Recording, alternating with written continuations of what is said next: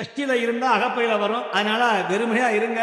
உங்களுக்கு நல்ல குழந்தை பாக்கியம் கிடைக்கும், கடன் தொல்லை நீங்கும், அரசு வேலை வாய்ப்பு கிடைக்கும், திருமண தடை நீங்கும், குழந்தை பெரும்பாக்கியம் கிடைக்கும், சொந்த வீடு அமையும், முருகன் திருவருள் துணையாக நிற்கும், நவக்கிரக தோஷம் நீங்கும்.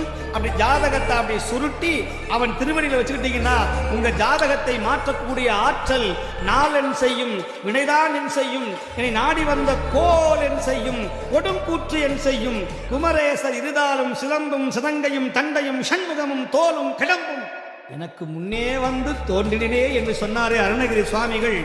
அப்பேற்பட்ட பெருமானுடைய சிவபெருமான் வேறு, முருகப்பெருமான் வேறு கிடையாது. இந்த தத்துவத்தை உணருங்கள். கந்தர் அனுமதியை சொல்லுங்கள், கந்தர் கலிவெண்பா சொல்லுங்கள், திருமுருகாற்று படையை சொல்லுங்கள், வேல்மாறல் படியுங்கள். எதுவும் தெரியலையா?